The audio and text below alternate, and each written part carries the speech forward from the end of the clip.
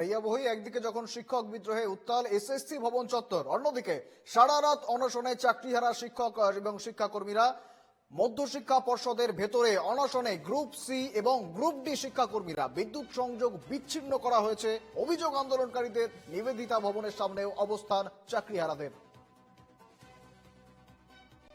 মধ্যশিক্ষা পর্ষদের ভেতরে সারা রাত অনশনে চাকরিহারারা। অনশনে চাকরিহারা গ্রুপ সি গ্রুপ ডি শিক্ষাকর্মীরা। বিদ্যুৎ সংযোগ বিচ্ছিন্ন করা হয়েছে, অভিযোগ অনশনরত চাকরিহারাদের। এ বিষয়ে দিলীপ ঘোষ কি বলেছেন শুনবো। যে মমতা ব্যানার্জি বলেন তার আন্দোলন লগ্নে নাকি জন্ম হয়েছে, তিনি কোনোদিন আন্দোলনকে সম্মান দেন না, তার সঙ্গে কথা বলা প্রয়োজন মনে করেন না। তো সে এত নির্মম যে তার কাছ থেকে আপনি কি আশা করতে পারেন? আন্দোলন করাটা আমাদের বাংলায় একটা ফ্যাশন, সব ব্যাপারে আমরা আন্দোলন করি, কিন্তু সমাধানটা কি বেরিয়েছে?